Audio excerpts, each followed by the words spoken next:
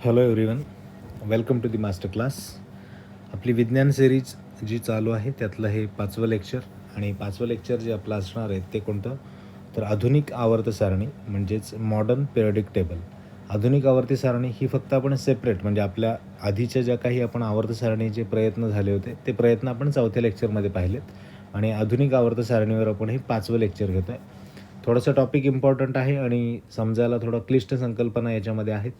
एकूणच आपल्याला पूर्ण आवर्त सारणीच्या कॅरेक्टरिस्टिकबद्दल, त्याचबरोबर ती जी मूलद्रव्यांची मांडणी केली ती मांडणी कशा पद्धतीने केले या सगळ्या गोष्टींवर आपल्याला नजर टाकायची आहे. त्यामुळं आपण हे सेशन सेपरेट ठेवलं. पार्ट 2 आपण म्हणून या लेक्चरला नाव दिलं, कारण एकत्र जर घेतलं असतं तर खूप जास्त गोंधळ झाला असता आणि तो होऊ नये म्हणून समजण्यासाठी फक्त सेशन जे आहे ते सेपरेट घेतलेलं आहे. ओके, तर आजच्या या टॉपिकमध्ये आपण काय पाहणार आहोत, तर आधुनिक आवर्त सारणी जी आहे तर त्याच्याबद्दल अभ्यास करणार आहोत. आधुनिक आवर्त सारणीचं चित्र तुमच्या डोळ्यासमोर आहे. आपण पाहिलं सुरुवातीला जे काही प्रयत्न झाले त्यामध्ये डोबे रायनरची त्रिका आहेत, बरोबर. त्याच्यानंतर न्यूलँडची अष्टकं होती. त्याच्यानंतर आपण पाहिलं की मेंडेलिव्हची आवर्त सारणी, आणि ह्या तिघांनी पण जो काही त्याची रचना केली, ही रचना ही अणुवस्तुमानांक लक्षात घेऊन, मूलद्रव्यांची जी अणुवस्तुमानांक आहेत ती लक्षात घेऊन त्यांनी ती मांडणी केलेली होती.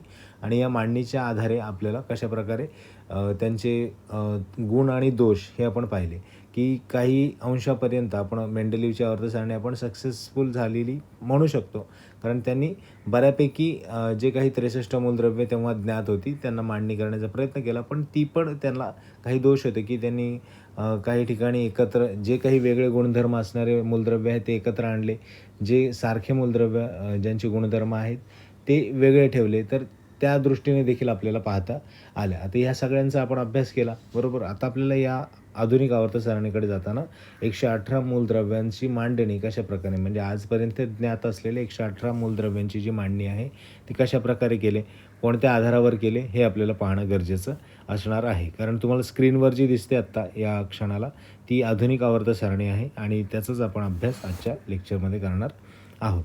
ओके, तर आधुनिक आवर्त सारणी ही देण्यामागे कोणत्या शास्त्रज्ञाचा हे होता, जास्त योगदान होतं ते लक्षात ठेवायचं आहे. कारण आपल्याला आत्तापर्यंत आपण मेंडेलीची आवर्त सारणी, पण याला म्हणताना आपण आधुनिक आवर्त सारणी म्हणतो, आणि हेनरी मोसले यांनी ही आधुनिक आवर्त सारणी देण्याच्या दृष्टीने खूप जास्त प्रयत्न केलेले पाहायला मिळतात.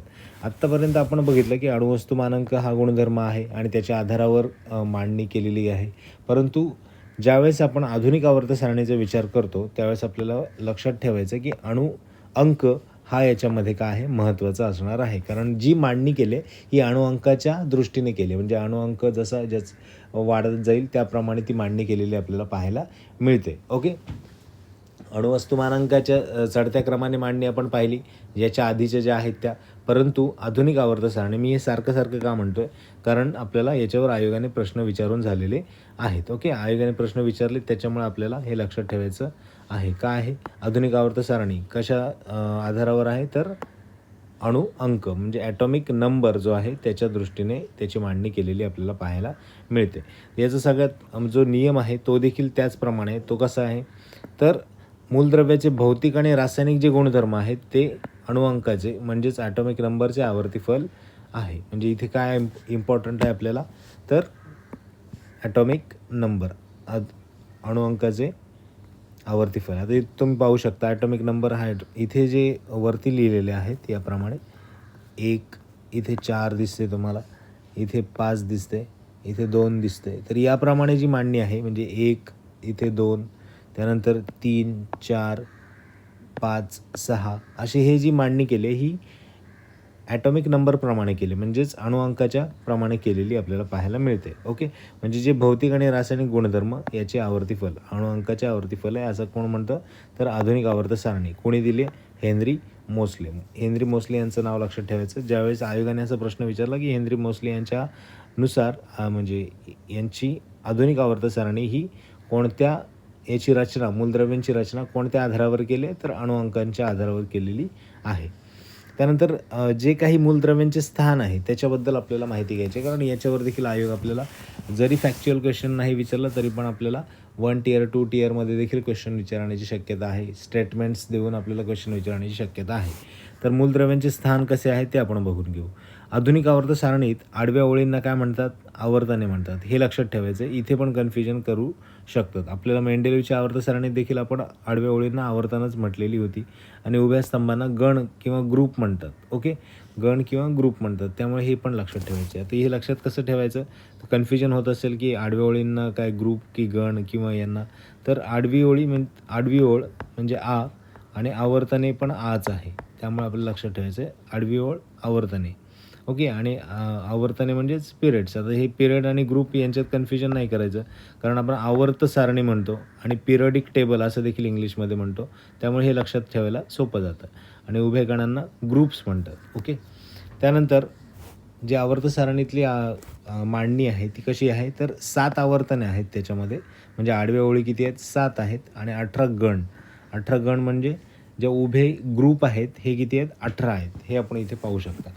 हे इथे मांडणी तुम्ही पाहिली 1 2 3 4 5 6 7.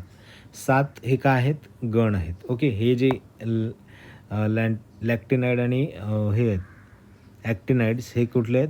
तर हे या ग्रुपमधले आहेत, इथलेच आहेत, आवर्त सारणीतले. ते बाहेर नाही आहेत, फक्त त्यांचा ग्रुप एकत्र या एका पॉईंटला आहे, म्हणून त्यांना काय केलं आपण? सेपरेट त्यांची इथे मांडणी केलेली दिसते आपल्याला. ओके, पण ती कुठले आहेत? पिरियडिक टेबलमधलेच आपल्याला असलेले पाहायला मिळत आहेत. या ठिकाणी त्यांची पोझिशन आहे. सो आपण इथे बघितले की 7 काय आहेत? आवर्तन आहेत आणि टोटल याप्रमाणे आपण मोजत गेलो तर आपल्याला दिसतं की टोटल किती? 18 काय आहेत? ग्रुप आहेत. ग्रुप कसे आहेत? उभे ग्रुप आहेत. आडवे काय आहेत? आवर्तनं म्हणजेच पिरियड. ओके, त्यानंतर पुढे काय म्हटलं आहे की आवर्तनात 1 ते 7 अंक हे आपण पाहिलं आणि एकाच आवर्तनात असलेल्या मूलद्रव्यांचा कक्ष क्रमांक आणि आवर्तन क्रमांक सारखाच आहे.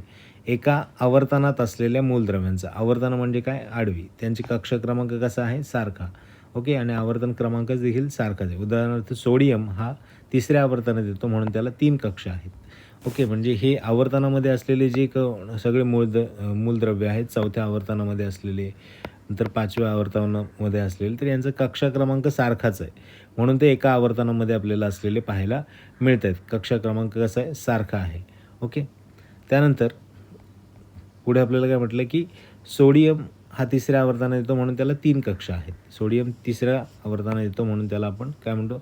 3 कक्षा आहेत इथे 3ऱ्या. त्यानंतर सेम बाकीच्यांच्या बाबतीतही या आवर्तनात असणाऱ्या सगळ्या मूलद्रव्यांची कक्षा ही किती असेल? 3 असेल. ओके, त्याच्यानंतर प्रत्येक आवर्तनाची सुरुवात नवीन कक्षेत इलेक्ट्रॉन भरण्याने होते. आवर्तन क्रमांक हा भरत असलेल्या कक्षेच्या क्रमांका इतका असतो. म्हणजेच तुम्ही इथे म्हणू शकता की आवर्तन, आता ही नवीन आवर्तनाची सुरुवात, आधी इथे पाहिलं यांची आवर्तनाची सुरुवात जी इथे झाली ही इथून झाली, पुढची इथून झाली. तर ही जी सुरुवात आहे ती कोणती आहे? तर नवीन कक्षेमध्ये इलेक्ट्रॉन भरण्यानं यांची सुरुवात होते. म्हणजे हे ज्या कक्षा क्रमांक यांचे सारखे आहेत म्हणून ते एका लाईनमध्ये आहेत, एका आवर्तनात आहेत.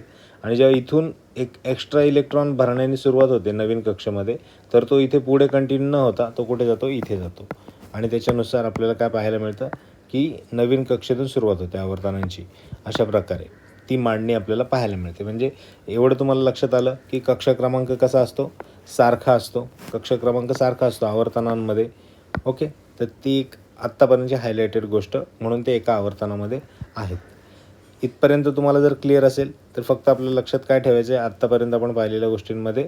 तर लक्षात हे ठेवायचं की अणुअंक याच्यानुसार त्याची मांडणी आहे आणि अणुअंकाचे आवर्ती फलक, भौतिक आणि रासायनिक गुणधर्म हा नियम सांगतो आपल्याला. त्याच्यानंतर आडव्या ओळींना काय म्हणतात? आवर्तने. उभ्या ओळींना गण किंवा ग्रुप. त्यानंतर 7 आहेत आडव्या ओळी आणि म्हणजेच आवर्तन आणि 18 आहेत गण. या गोष्टी लक्षात आल्या. आणि आवर्तनामध्ये असलेल्या मूलद्रव्यांचा कक्ष क्रमांक हा आणि आवर्तन क्रमांक सारखा असतो. इथपर्यंत आपल्याला लक्षात ठेवायचं आहे. ओके, ह्या 4-5 गोष्टी इथल्या या स्क्रीनवरच्या लक्षात ठेवायच्या. कशा ते इथे पण मी तुम्हाला सांगितल्यात कशाप्रमाणे वाढत जातं.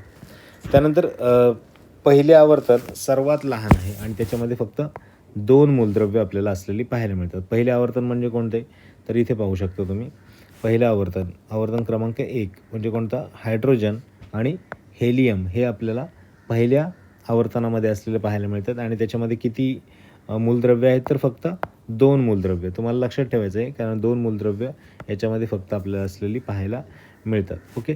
दुसऱ्या आणि तिसऱ्या आवर्तनाला लघु आवर्तन असं म्हणतात. दुसरा आणि तिसऱ्याला लघु का म्हणतात? कारण इथे तुम्ही बघू शकता दोन्ही आवर्तनांमध्ये खूप मोठा गॅप आपल्याला असलेला पाहायला मिळतो आहे आणि हे गॅप असल्यामुळे इथे किती आपल्याला मूलद्रव्य याच्यामध्ये आढळतात? तर 8 मूलद्रव्य प्रत्येकी याच्यामध्ये आढळतात. म्हणजे हे 2 आणि इकडचे हे 6. ओके. 3 आणि 3 6.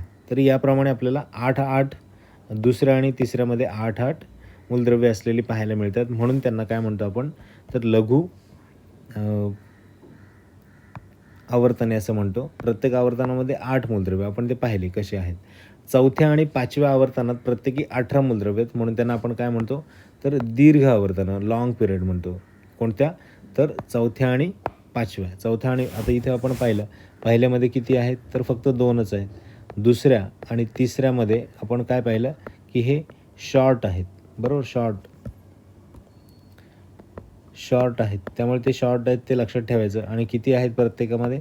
तर प्रत्येकी 8 आहेत. त्याच्यानंतर चौथा आणि पाचवा आपण पाहतोय. चौथ्या आणि पाचव्याला आपण काय म्हणतो? लॉंग म्हणतो. लॉंग असतात आणि त्याच्यामध्ये प्रत्येकी 18 असलेले आपल्याला पाहायला मिळतात. हे लक्षात ठेवायचं. चौथ्या आणि पाचव्याला तुम्हाला आयोग प्रश्न विचारेल की 5व्या आणि 6व्याला लॉंग म्हणतात किंवा दुसऱ्या आणि तिसऱ्याला लॉंग म्हणतात. तर तसं नाही, शॉर्ट आणि लॉंग हे लक्षात ठेवायचं. एका बाजूला आपल्या नोट्स एक स्टिकी नोट्स किंवा असं कोपऱ्यामध्ये हे सगळं लिहायचं. म्हणजे तुमचा जो काही पेजवरचा सार आहे तो एक बाजूला एका कोपऱ्यामध्ये येऊन जाईल. ओके. त्याच्यानंतर 6वं आवर्तन हे सर्वात दीर्घ असून त्यात एकूण 32 मूलद्रव्य आहेत. सर्वात मोठं आवर्तन कोणतं आहे? तर 6वं आवर्तन. ओके. सगळ्यात मोठं 6वं. त्यात दीर्घ असून त्याच्यामध्ये काय म्हणतात त्याला? सर्वात दीर्घ असून 32 मूलद्रव्य आणि 7वे आवर्तन अपूर्ण आहे. 7वं आवर्तन कसं आहे?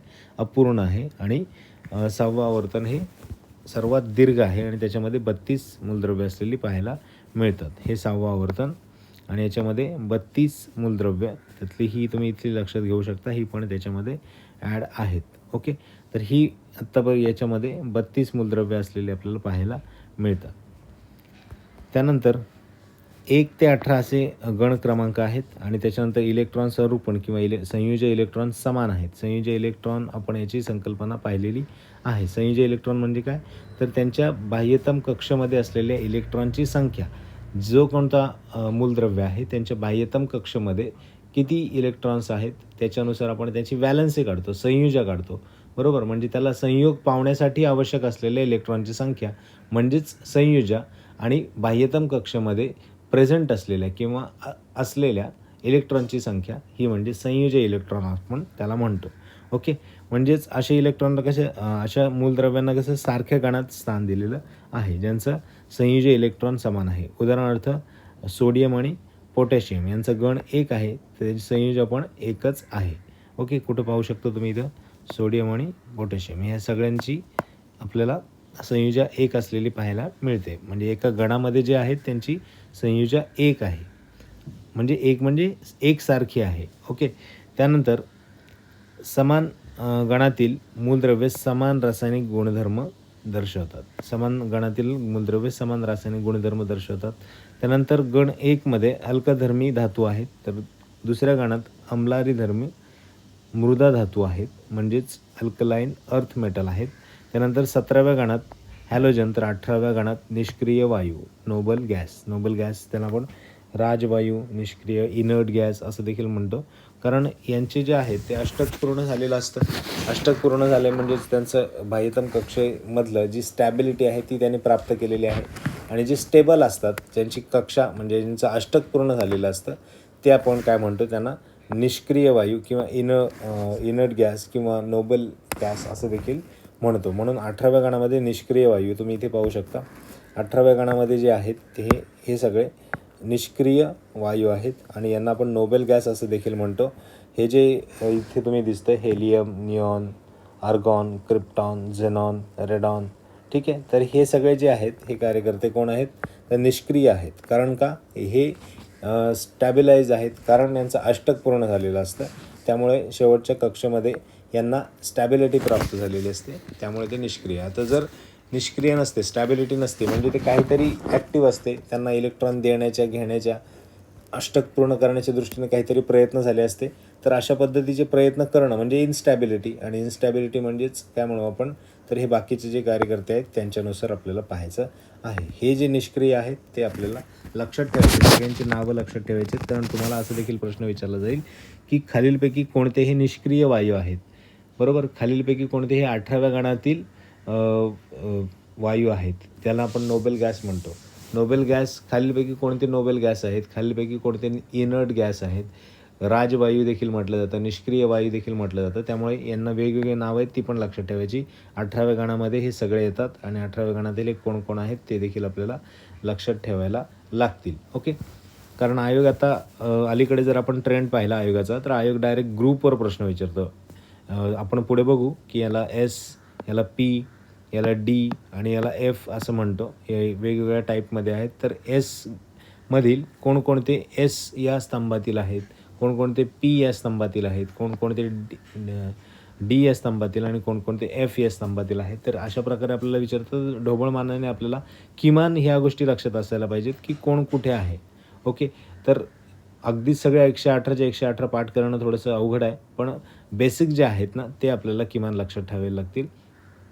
जसं की आपण आता इथं पाहिलं की हे जे निष्क्रिय वायू, त्याच्यानंतर हे इथे ग्रे कलरमध्ये दिसणारे तुम्हाला कोणते, तर सेमीकंडक्टर ज्याला मेटलॉइड्स आपण म्हणतो, तर हे देखील इम्पॉर्टंट आहेत, बरोबर. मेटल्स जे आहेत सगळे ते लक्षात ठेवणं, नॉन मेटल्स आहेत ते लक्षात ठेवणं, बरोबर. आणि हे दोन ग्रुप यांच्यामध्ये कुठून सुरुवात होते, त्याचा अणुक्रमांक कोणता, एंड कुठं होतो त्याचा अणुक्रमांक, कुठे एंड होतो आणि कुठे सुरुवात होते, हे देखील आपल्याला लक्षात ठेवावे लागतील. कारण रिसेंट आपण बघतोय आयोग पिरियडिक टेबलवरचे प्रश्न जे विचारतो ते आपल्याला अशाच प्रकारे विचारतं की जेणेकरून तुम्हाला पिरियडिक टेबलबद्दल नॉलेज आहे का, तुम्ही फक्त पिरियडिक टेबल पाठांतर केलं की तुम्हाला त्याच्याबद्दल कन्सेप्ट पण माहीत, याच्यावर आपल्याला प्रश्न विचारतो. ओके.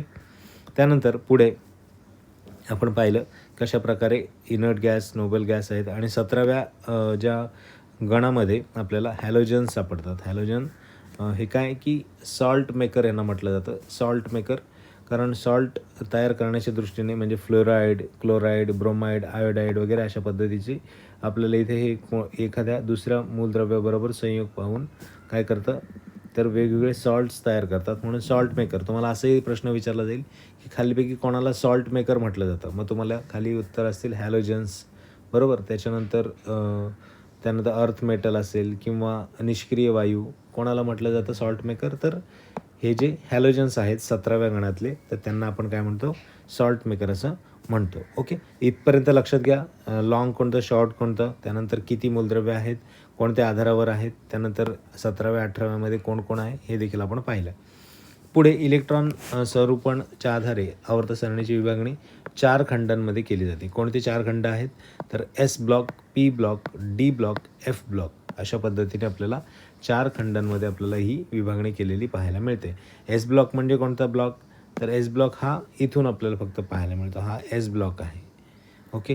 पी ब्लॉक कोणता, तर इथून पूर्ण हा जो तुम्हाला पूर्ण ठोकळा दिसतो इथपासून, हा सगळा पी ब्लॉक आहे. आणि डी ब्लॉक कोणता, हा मधला ब्ल्यू कलरचा पूर्ण पट्टा हा डी ब्लॉक. आणि एफ ब्लॉक आपल्याला हा सगळा पूर्ण जो आहे लॅन्थेनाइड आणि ॲक्टिनाइडचा ग्रुप पूर्ण आपल्याला एफ ब्लॉक म्हणून पाहायचा आहे. ओके. त्यानंतर आता बघूयात एक एक S block, P block, D block आणि एफ ब्लॉक म्हणजे काय आणि त्याच्यामध्ये कोण कोण मूलद्रव्य येतात. तर आवर्त सारणीचं गण 1, गण 2 यात येणारी सर्व मूलद्रव्ये एस खंडामध्ये येतात. आपण जसं बघितलं की गण 1 आणि गण 2 म्हणजे ग्रुप 1, ग्रुप 2 हा जो पूर्ण ब्लॉक आहे, हा ब्लॉक सगळा काय आहे, तर हा सगळा एस ब्लॉकमध्ये येतो. हा पूर्ण एस ब्लॉक आहे. पूर्ण आपण ब्ल्यू लाईनने तुम्हाला जो आता मी स्क्रीनवर दाखवते, हा पूर्ण एस ब्लॉक. आता आयोग इथे प्रश्न आपल्याला काय करायचं आहे की प्रॅक्टिकल बघायचं की प्रश्न कुठं विचारतो तो टॉपिक आपल्याला इम्पॉर्टंट. बाकी फापट पसारा तुम्हाला इतर कोणत्या पुस्तकात किंवा इतर कोणत्या दिला असेल, फक्त एकदा वाचून घ्या. पण सगळंच पाठ करण्याची आवश्यकता नाही, कारण एवढं लक्षात राहणार पण नाही. आणि आपल्याला फक्त ॲप्लिकेशन बेस म्हणजे जे काही परीक्षाभिमुख आहे ते आपल्याला बघायचं आहे. एस ब्लॉकमध्ये कोण कोण येतं, तर हे तुम्हाला पाठ असलं पाहिजे. आपण जसं डोबे राण्याची त्रिकं बघितली, त्याच्यात पण आपण लिनाक पाहिलं होतं, बरोबर. त्यानंतर हा इथे पण आहे, बरोबर. हे लक्षात ठेवायचं आहे. हा 3-3च्या याच्यात सेटमध्ये लक्षात ठेवलात तरी पण चालेल, पण आपल्याला काय करायचं आहे, काहीतरी ट्रिक करून लक्षात ठेवायचा प्रयत्न करायचा आहे. हा पूर्ण एस ब्लॉक आहे. एस ब्लॉकमध्ये कोण कोण येतं असा प्रश्न आयोगाने विचारून झालेला आहे. आणि त्याच्यात आपल्याला विचारलं बेरियम वगैरे विचारलं होतं, रेडियम विचारलं होतं, बरोबर. कॅल्शियम विचारलं होतं, BA, CA, RA आणि आणखी एक विचारलं होतं, मला वाटते CS विचारलं होतं. तर याच्यामध्ये हे 4 जण आहेत आणि ह्या 4चा ब्लॉक पूर्ण आपल्याला पाहायचा आहे. हे 4 जण एस ब्लॉकमध्ये येतात असा प्रश्न आयोगाने विचारलेला होता. त्यामुळे आता पुढे लक्षात ठेवायचं आहे सोडियम, मॅग्नेशियम, बेरियम, बरोबर, बेरिलियम आणि नंतर लिथियम, हायड्रोजन. याचबरोबर हे सगळे जे फ्रॅन्शियम वगैरे आहेत हे सगळे कशात येतात, एस ब्लॉकमध्ये येतात. तर यांच्या दृष्टीने पण लक्षात ठेवायचा प्रयत्न करा. छोटा ए ब्लॉक म्हणून सांगतो आहे. आता डी ब्लॉकचं जर तुम्ही बघितलं तर डी ब्लॉक खूप मोठा आहे, पी ब्लॉक पण मोठा आहे. पण पी ब्लॉकला आपण काय करू शकतो, वेगवेगळ्या याच्यात डिवाईड करू शकतो. जे काही इनर्ट गॅस आहेत, नोबेल गॅस आहेत त्यांच्यामध्ये. त्याचबरोबर इथं बोरॉन आहे, सिलिकॉन आहे, जर्मेनियम आहे, आर्सेनिक आहे, अँटीमनी आहे, बरोबर. तर हे जे कोण आपले जे ग्रे कलरमध्ये दिसत आहेत ना, हे लक्षात ठेवायला सोपे आहेत. म्हणून लक्षात ठेवा. कसं तर आपल्याला मेटलॉइड्स या दृष्टीने लक्षात ठेवा, सेमीकंडक्टर या दृष्टीने लक्षात ठेवा आणि आपल्याला ह्या पूर्ण पिरियडिक टेबलचा अभ्यास करणं गरजेचं. काय कारण आयोग याच्यामध्ये डीपमध्ये प्रश्न विचारते सध्या, म्हणून. ओके. त्यानंतर साधारणतः हे मूलद्रव्य धातू आहेत. कुठे आपण एस ब्लॉकबद्दल म्हणतो. एस म्हणजे काय, शार्प. एसचं मिनिंग काय, शार्प. म्हणजे हे SPDF आपण नाव म्हणतो. हे उगाच असं काहीतरी भेळीला वगैरे नाव दिल्यासारखं नाही, SPDP. तर याला पण अर्थ आहेत आणि ते अर्थ म्हणजे काय, एस म्हणजे शार्प, पी म्हणजे प्रिन्सिपल, डी म्हणजे डिफ्यूज. ओके. तर त्या पद्धतीने पी म्हणजे एफ म्हणजे फंडामेंटल. हे आपण शेवटी बघू. तर एसबद्दल आपण विचार करतो. याच्यामध्ये येणारी पहिल्या आणि दुसऱ्या एवढ्या गणांचा आपण विचार केला आणि त्याच्यामध्ये जे मूलद्रव्य आहेत हे सगळे कसे आहेत, तर धातू आहेत. हे सगळे मूलद्रव्य धातू आहेत. त्यानंतर बाह्यतम कक्षेत 1 किंवा 2 इलेक्ट्रॉन असतात, म्हणजे त्यांची संयोजा 1 किंवा 2 असते. आता पहिल्यामध्ये आहेत त्यांची संयोजा 1 असणार आणि दुसऱ्यामध्ये असणाऱ्यांची संयोजा किती असेल, 2 असेल. एवढं लक्षात ठेवायचं. म्हणून आपल्याला 1 किंवा 2 यांची संयोजा असते. आयोगाने असं विचारलं की एस ब्लॉकमध्ये येणाऱ्या मूलद्रव्यांची संयोजा 3 किंवा 4 असते. असं विचारलं, स्टेटमेंट बरोबर असेल का, नाही. कारण एस ब्लॉक म्हणजे काय, पहिलं ग्रुप आणि दुसरा ग्रुप. आता पहिलं आणि दुसरं गण ज्यावेळेस आपण विचार करतो ते यांची संयोजा, या सगळ्यांची संयोजा 1 आहे, या सगळ्यांची संयोजा 2 आहे, बरोबर. संयोजा जर 1 आणि 2 आहे तर मग ऑब्वियस आहे की आपल्याला या 1 आणि 2चाच विचार इथे करायचा आहे. 1 आणि 2 संयोजा आहे म्हणून आपल्याला काय लक्षात ठेवायचं, एस ब्लॉकमध्ये फक्त 2 जणच आहेत. त्यानंतर पुढचा जो आहे तो पी ब्लॉक. पी ब्लॉकमध्ये काय, पी म्हणजे प्रिन्सिपल. आवर्त सारणीत 13 ते 18 या गणातील पी खंडामध्ये येतात. आता 13 ते 18 म्हणजे इथे 3 ते 18 सॉरी 13 ते 18 म्हणजे कोणतं, इथपासून मी तुम्हाला आधीच सांगितलेलं की पी ब्लॉक कोणता आहे, तर हा पूर्ण मोठा ठोकळा, हा पूर्ण पी ब्लॉक आहे. एस ब्लॉक कोणता आहे, हा आपला एस ब्लॉक आहे. इथे आपण तुम्हाला ब्ल्यू लाईनमध्ये जो दिसतोय तो. रेड आता जी मी ही काढली, बॉर्डर काढले, हा कोणता आहे आपला, पी ब्लॉक आहे. ओके. आता ह्या पी ब्लॉकचा आपण विचार करू. बाह्यतम कक्षेत 3 ते 8 इलेक्ट्रॉन असतात. याच्यामध्ये 3 ते 8 इलेक्ट्रॉन असतात. त्याच्यानंतर पुढे आपण म्हणूनच या खंडात येणारे मूलद्रव्य हे धातू, अधातू आणि धातू सदृश्य आहेत. यांच्या बाह्यतम कक्षेमध्ये आपल्याला पाहायला मिळतं की 3 ते 8 इलेक्ट्रॉन असतात आणि याच्यामध्ये धातू, अधातू सगळेच आहेत. ओके. म्हणजे हे जे आपण बघतो हे धातू सदृश्य आहेत, हे अधातू आहेत, ठीक आहे. आणि बाकी आपल्याला धातूसुद्धा इथे पाहायला मिळतात. त्यामुळे पी ब्लॉकमध्ये तुम्हाला असं जर आयोगाने विचारलं की याच्यामध्ये फक्त धातू येतात, फक्त अधातू येतात किंवा मेटलॉइड्स फक्त येतात, तर असं नाही. पी ब्लॉकमध्ये काय आहे, तर प्रिन्सिपल, पी फॉर प्रिन्सिपल, आणि याच्यामध्ये धातू येतात, ठीक आहे. याच्यामध्ये धातू येतात, अधातू येतात आणि धातू सदृश्य देखील याच्यामध्ये येतात, ठीक आहे. तर हे कोणकोणते पोझिशन आहेत ते लक्षात ठेवायचे आहेत. आणि इथे फक्त आपण पाहिलं होतं की फक्त धातू येतात कोणत्या याच्यात, एस ब्लॉकमध्ये. पी ब्लॉकमध्ये आपण काय बघितलं आहे, सगळेच येतात.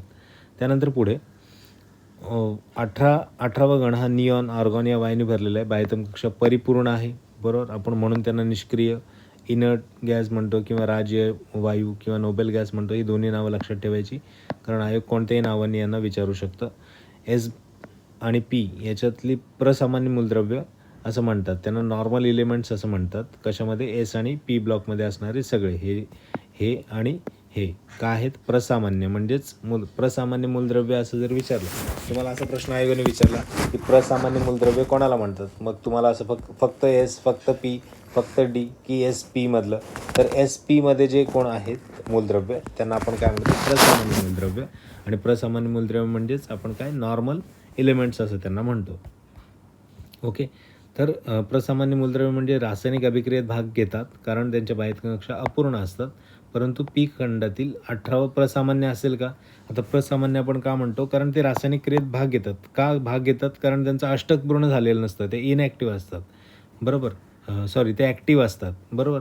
तर त्यामुळे काय, ते रासायनिक क्रियेत भाग घेतात आणि त्यांची बाह्यतम कक्षा कशी असते, अपूर्ण असते, आणि ते पूर्ण करण्यासाठी प्रयत्न करत असतात. पण असे इनर्ट म्हणजे आपण जे 18व्या गणातील जे काही गॅसेस पाहिले ते तसे प्रयत्न करतील का?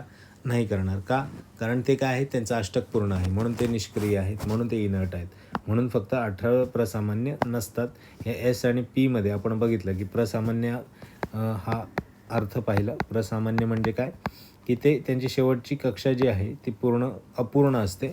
पण याला अपवाद काय आहे, तर 18वा गण का अपवाद आहे एस आणि पीमध्ये, कारण यांची बाह्यतम कक्षा पूर्ण झालेली असते, अष्टक पूर्ण झालेलं असतं. प्रसामान्य मूलद्रव्य कशामध्ये आढळतात, एक सेकंड,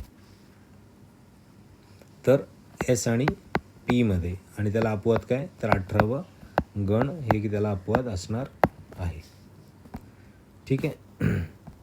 एस आणि पीबद्दल आपण विचार केला. त्याच्यानंतर आता आपण पाहूयात डी आणि एफबद्दल. डीमध्ये काय, की 3 ते 12 या दरम्यान जे आहे त्यांना आपण डी खंड म्हणतो. डी खंड म्हणतो 3 ते 12 दरम्यान. म्हणजे हा जो तुम्हाला आता स्क्रीनवर दिसतोय ब्ल्यूमधला हा पूर्ण पट्टा, हा ब्ल्यूमधला पट्टा हा काय आहे, तर डी ब्लॉक आहे, डी ब्लॉक. त्यामुळे डी ब्लॉकला लक्षात ठेवायचं आहे. आता आपण एस पाहिलं, इथे पी पाहिलं.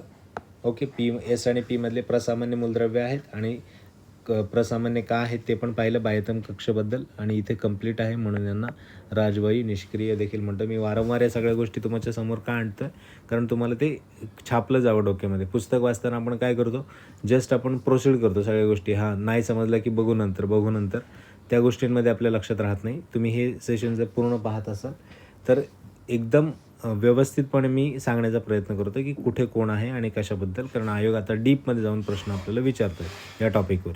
त्यानंतर पुढे मूलद्रव्याच्या बाह्यतम 2 कक्षा अपूर्ण असतात, यांना संक्रमक, ट्रान्झिशन एलिमेंट असं देखील म्हणतात. 2 कक्षा अपूर्ण कशामध्ये असतात, डीमध्ये असतात. ओके. आणि त्यांना काय म्हणतो आपण, संक्रामक मूलद्रव्य असं देखील म्हणतो. डी खंडित सर्व मूलद्रव्य धातू आहेत. सर्व मूलद्रव्य एसमधील कशी आहेत, धातूच आहेत. पीमधील कशी आहेत, धातू, अधातू आणि धातू सदृश आहेत. त्यामुळे हे डिफरन्सेस जे बेसिक आहेत ना प्रत्येक ब्लॉकमधलं, ते पण आपण कम्पॅरेटिव्हली अभ्यास करत चालतो आहे. तर पुढे आपण बघूयात की एफ मीन्स फंडामेंटल. आवर्त सारणीच्या तळाशी असलेल्या मूलद्रव्यांचा एफ खंडातील, त्याच्यामध्ये लॅन्थेनाइड आणि ॲक्टिनाइड हे 2 जे घटक आहेत, लॅन्थेनाइड, ॲक्टिनाइड, या दोघांचा समावेश आपल्याला इथे झालेला पाहायला मिळतो. ओके. तर यांच्या 3 कक्षा अपूर्ण असतात. इथे आपण पाहिलं की बाह्यतम कक्षा इथे किती अपूर्ण असतात, तर 2. इथे किती असतील, तर 3. ओके. आणि यांना जसं आपण संक्रामक मूलद्रव्य म्हणतो तसं यांना आंतरसंक्रामक मूलद्रव्य देखील आपण म्हणतो. आणि ही देखील मूलद्रव्य काय आहेत, तर धातू असलेली पाहायला मिळतात. म्हणजे तुम्हाला असा प्रश्न आला की खालीलपैकी कोणत्या ब्लॉकमध्ये सगळे धातू असतात, तर तुम्हाला प्रश्न विचारला तर एस, पी, डी आणि असे तुमचे ऑप्शन आहेत. तर एसमध्ये सगळे धातू, बरोबर. त्यानंतर डीमध्ये सगळे धातू आणि एफमध्ये सगळे धातू. पी फक्त अपवाद. पीमध्ये काय आहे, तर तिघं पण आहेत, धातू आहेत त्याच्यात, अधातू आहेत त्याच्यात आणि धातू सदृश्य देखील त्याच्यामध्ये आपल्याला असलेले पाहायला मिळतात. कशामध्ये, पीमध्ये. ओके. आणि एस, डी आणि एफमध्ये सगळे आपण धातू मूलद्रव्य असलेली पाहायला मिळतात.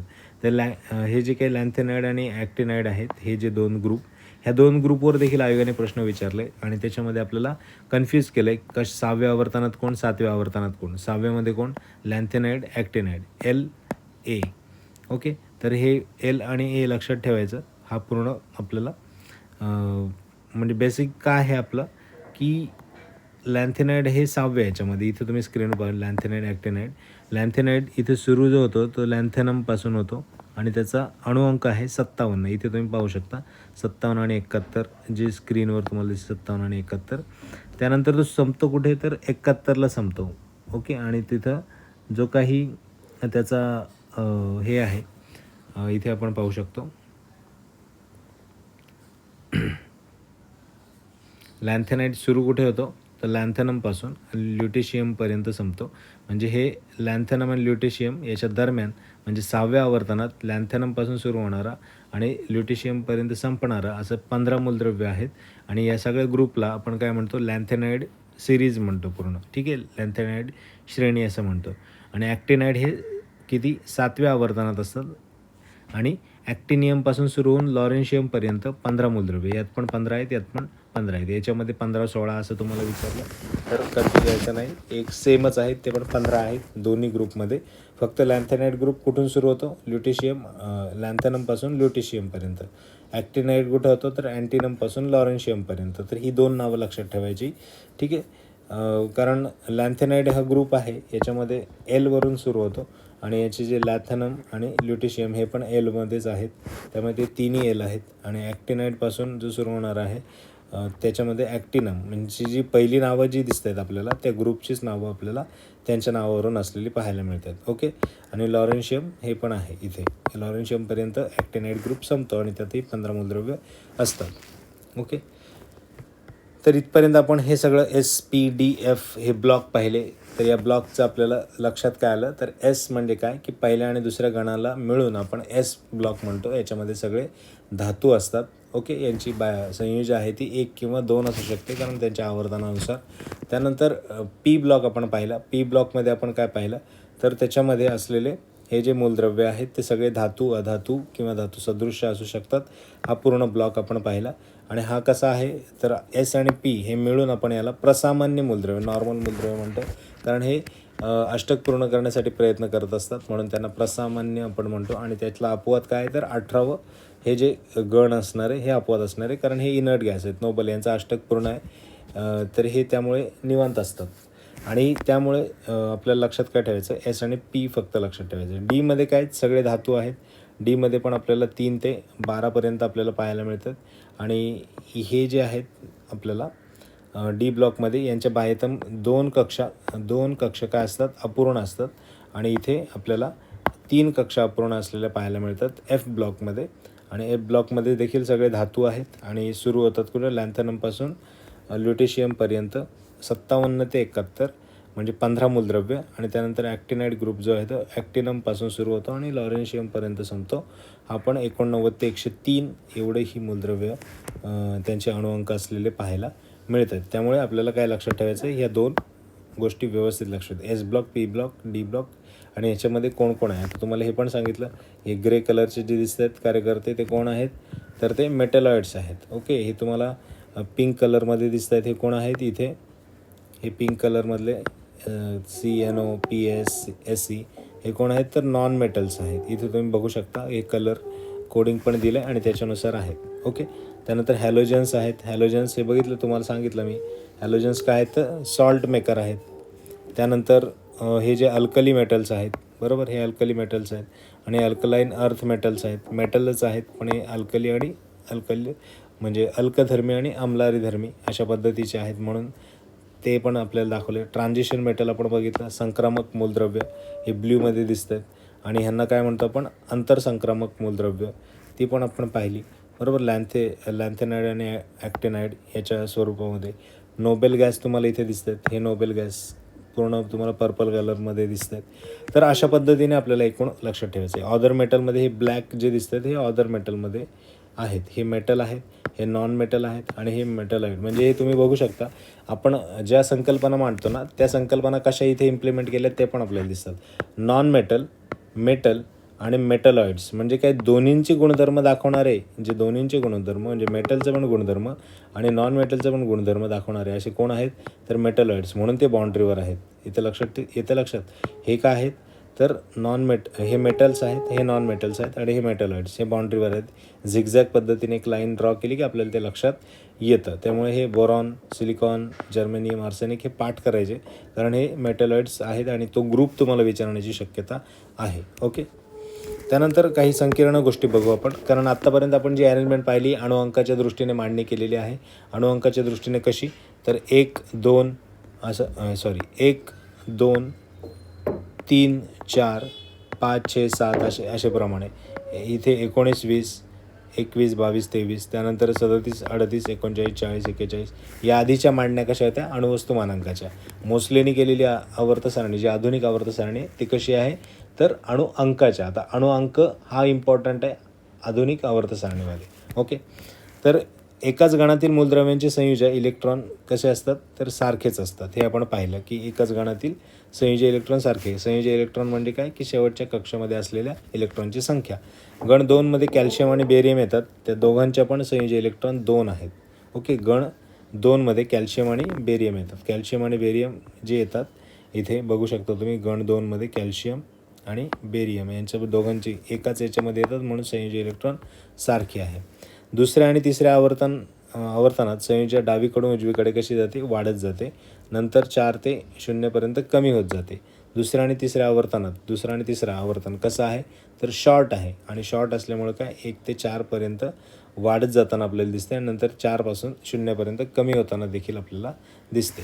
आता हा इम्पॉर्टंट टॉपिक, की अणूचा आकार कसा कमी होतो किंवा जास्त होतो ते आपण बघू. अणूचा आकार म्हणजे केंद्रकापासून बाह्यतम कक्षेपर्यंतचं अंतर. म्हणजे समजा हा अणू असेल, हा केंद्रक आहे आणि ह्या त्याच्या कक्षा आहेत. ओके. हे कक्ष आहेत. एखादा अणू हा आहे आणि त्याला एकच कक्ष आहे. हा एक अणू आहे, याला 2 कक्ष आहेत. आता याच्यावरून तुम्ही सांगू शकता आकार कोणाचा जास्त आहे, तर हे जे केंद्रक आहे तिथपासून जे आपल्या बाह्यतम कक्षेपर्यंत असलेलं अंतर जे आहे त्याला आपण काय म्हणतो, तर साईज ऑफ ॲटम किंवा अणूचा आकार ज्याला आपण म्हणतो, किंवा त्याची त्रिज्या असं देखील म्हणतो, म्हणजे रेडियस. ओके.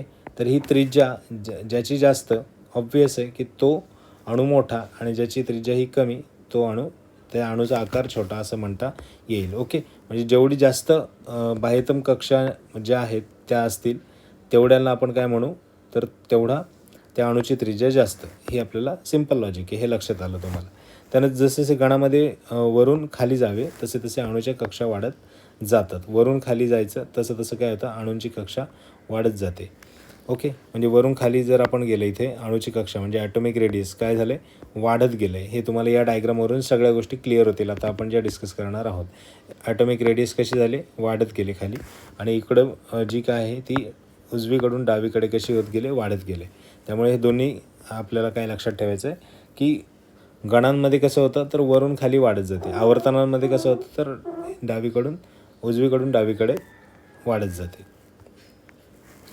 उदाहरणार्थ सोडियम आणि पोटॅशियममध्ये 2, 8, 1 अशा 3 कक्षा आहेत आणि पोटॅशियममध्ये 2, 8, 8, 1 अशा 4 कक्षा आहेत. म्हणून पोटॅशियम हा सोडियमपेक्षा आकाराने मोठा आहे. हे सिंपल लॉजिक आहे, कारण याच्या 4 कक्षा आहेत.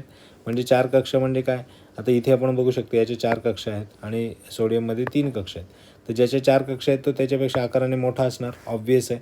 म्हणजे ज्याचं आपण असं म्हणू शकतो की इलेक्ट्रॉन संरूपण म्हणजे बाह्यतम कक्षा जेवढे जास्त तेवढा तो अणू मोठा, आणि तेवढा तो मोठा म्हणजेच काय आपण म्हणता येईल, तो आवर्त सारणीमध्ये कुठे असेल त्याची पोझिशन इथे तुम्ही बघू शकता. ॲटॉमिक रेडियस ज्याची जास्त तसं तो वाढत जाईल आणि याच्याप्रमाणे वाढत जाईल. ओके. त्यानंतर पुढे एकाच आवर्तनात डावीकडून उजवीकडे जावे तसे तसे अणूचा आकार कमी होत जातो. डावीकडून उजवीकडे जावे तसा तसा आकार काय होतो, आवर्तनांमध्ये आपल्याला कमी होताना दिसतो. आपणास माहिती आहे की आवर्तन मूलद्रव्यात सारख्याच कक्षा असतात. एका आवर्तनामध्ये सारख्या कक्षा असतात. आवर्तन 3मध्ये सोडियम आणि ॲल्युमिनियम हे दोन्ही आहेत. आवर्तन 3मध्ये सोडियम आणि ॲल्युमिनियम आहे. इथे सोडियम आहे, ओके, आणि इथे ॲल्युमिनियम आहे. सोडियमला 3 कक्षा आहेत, ॲल्युमिनियमला पण 3 कक्षा आहेत, कारण एकाच आवर्तनात असल्याचे कक्षा क्रमांक सारखे असतात. पण सोडियमपेक्षा ॲल्युमिनियमचे 2 प्रोटॉन इलेक्ट्रॉन जास्त आहेत. सोडियमपेक्षा 2 प्रोटॉन जास्त आहेत कशामध्ये, ॲल्युमिनियममध्ये, म्हणून आकर्षणही जास्त असते, त्यामुळे आकार कमी होतो. आकार कमी होताना आपल्याला दिसतो. म्हणून काय म्हणता येईल आपल्याला की सोडियम हा ॲल्युमिनियमच्या कक्षा जरी सारख्या असल्या तरीसुद्धा सोडियम हा ॲल्युमिनियमपेक्षा मोठा आहे. कारण ॲल्युमिनियममध्ये 2 प्रोटॉन जास्त आहेत, त्यामुळे त्याचं ॲट्रॅक्शन जास्त आहे. त्यामुळे तो काय करतो, जास्त जवळ खेचण्याचा प्रयत्न करतो इतर गोष्टींना, आणि त्यामुळे त्याचा आकार कमी होतो आणि सोडियमचा आपल्याला जास्त असलेला पाहायला मिळतो. तर हे पण लक्षात ठेवायचं आहे. जर वेगवेगळ्या कक्षांमध्ये असतील तर ऑब्वियस आहे, ज्याची कक्षा मोठी तो मोठा अणू आणि ज्याची कक्षा कमी तो छोटा. पण एकाच कक्षा सेम कक्षा असतील 3 तर ज्याच्यामध्ये प्रोटॉन जास्त आहेत तर इलेक्ट्रॉन जास्त आहेत त्याच्यामध्ये अट्रॅक्शन जास्त राहील.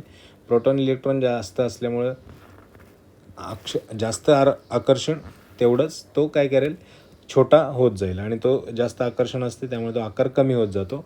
परिणामी दुसरा जो आहे ज्याच्यामध्ये प्रोटॉन इलेक्ट्रॉन कमी आहेत त्याच्यामध्ये तेवढं आकर्षण नसतं, त्यामुळे तो मोठा दिसतो. त्यामुळे समान कक्षा असल्या तरी लक्षात ठेवायचं आणि वेगळ्या असतील तर आपल्याला माहीत आहे. ओके. त्यानंतर पुढे ज्या आवर्तनात पिरियड आहेत तो आवर्त क्रमांक मूलद्रव्यात असणाऱ्या कक्षांची संख्या दर्शवतो, हे पण आपण पाहिलेलं आहे. त्यानंतर आवर्तनात डाव्या बाजूकडून उजवीकडे जाताना धातुगुण मेटल कमी होत जातो, धातुगुण कमी होत जातो कारण आकार कमी होत जातो आणि इलेक्ट्रॉन सहजरित्या दिले जात नाही, म्हणून अधातुगुण वाढताना आपल्याला दिसतो. म्हणजे जसं आपण डाव्या बाजूने उजवीकडे जाऊ अशा पद्धतीने. तर आपण बघितलं या बाजूला आपल्याला काय दिसतंय, तर अशा पद्धतीने आपण जाऊ तर आपल्याला धातुगुण कमी होताना दिसतं. म्हणजे इकडे अधातू आहेत, इथे मेटलॉइड आहेत, हे धातू आहेत, बरोबर. धातू नंतर मग इथे सेमीकंडक्टर आणि नंतर डायरेक्ट नॉन मेटल्स आपल्याला दिसतात. त्यामुळे धातुगुण कसा होतो, डावीकडून उजवीकडे जाताना कमी होत जातो. ओके. त्यानंतर गणातून प्रत्येक गणातून वरून खाली धातुगुण वाढत जातो, तर अधातुगुण कमी होत जातो कारण कक्षा वाढतात म्हणून सहज इलेक्ट्रॉन घेता येतं. हे पण लक्षात ठेवायचं की वरून खाली धातुगुण काय होतो की वाढत जातो, वरून खाली वाढत जातो आणि अधातुगुण कमी होत जातो, ऑब्वियस आहे. त्यानंतर आधुनिक आवर्त सारणीमध्ये नागमोडी झिगझॅग लाईन काढल्यास धातू अधातू वेगळे करता येतात. हायड्रोजन अणूची त्रिज्या ही एवढी असते, लक्षात ठेवा. आणि हे आपण बघितलं झिगझॅग लाईन कशा पद्धतीने ड्रॉ केल्यानंतर आपल्याला ही झिगझॅग लाईन आहे, एक सेकंड, ही झिगझॅग लाईन आहे आणि ही ड्रॉ केली आपण की आपल्याला काय करता येतं की धातू अधातू सेपरेट करता येतात. आणि जे ग्रे कलरचं जे मध्ये राहिलेत त्यांना आपण काय म्हणतो तर मेटलॉइड्स. या पद्धतीने मेटॅलिक नॉन मेटॅलिक कॅरेक्टर्स वाढत जातात, कमी होत जातात. ॲटॉमिक रेडियस जी आहे ती कशी वाढत जाते खाली आणि नंतर या बाजूने कशी वाढते या बाजूला. इकडे का कमी असते कारण इकडे प्रोटॉनची इलेक्ट्रॉनची संख्या जास्त असते, त्यामुळे काय होतात इकडचे जे कार्यकर्ते आहेत ते काय करतात, अट्रॅक्शन त्यांच्यामध्ये जास्त असतं, परिणामी त्यांच्या अणूचा आकार कमी होतो सेम कक्षांमध्ये. हे आपल्याला लक्षात ठेवायचं आहे. अदरवाईज एखाद्या मूलद्रव्याची कक्षा जास्त असतील तर त्याची साईज जास्त असणार आहे. आयोनायझेशन एनर्जी म्हणजेच काय की आयन्स तयार करण्यासाठी लागणारी एनर्जी, म्हणजे plus ion OH minus ion म्हणजे प्लस मायनस आयन्स जे क्रिएट होतं ते आयन्स सेपरेट जे होतात त्याची जी एनर्जी आहे ती आयोनायझेशन एनर्जी अशा पद्धतीने इकडे वाढत जाते डावीकडून उजवीकडे. नंतर नॉन मेटॅलिक कॅरेक्टर्स देखील वाढत जातात डावीकडून उजवीकडे, बरोबर. मेटॅलिक कॅरेक्टर उजवीकडून डावीकडे आपल्याला वाढताना दिसतात. ओके. तर हे जे आयोनायझेशन एनर्जी ही वर पण वाढत जाते आणि उलटी त्याच्याच उलटं ॲटॉमिक रेडियस आपल्याला असलेली पाहायला मिळते. ह्या कॅरेक्टर्स देखील लक्षात ठेवायची. ही डायग्राम इम्पॉर्टंट आहे. तुम्ही काय करा, एका पेजवर ही डायग्राम काढा. ही डायग्राम काढल्यानंतर त्या पेजवर कशा पद्धतीने वाढते कशा पद्धतीने कमी होते हे देखील डिनोट करा. ओके. आता आयोगाच्या दृष्टीने इम्पॉर्टंट PYQs, आयोगाने याच्यावर खूप जास्त प्रश्न विचारलेत, मी काही निवडक त्याच्यातले घेतलेत ते आपल्याला एक्सप्लेन करतो.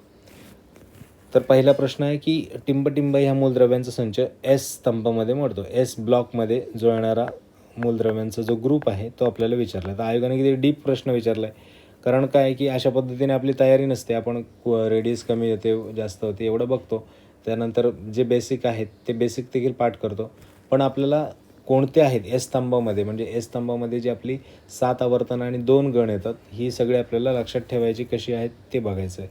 ओके. तर मी जसं तुम्हाला आधी सांगितलं की हा जो ग्रुप आहे हा ग्रुप आपल्याला त्याच्यामध्ये आलेला पाहायला मिळतो. ओके. सो इथे बघू शकता तुम्ही,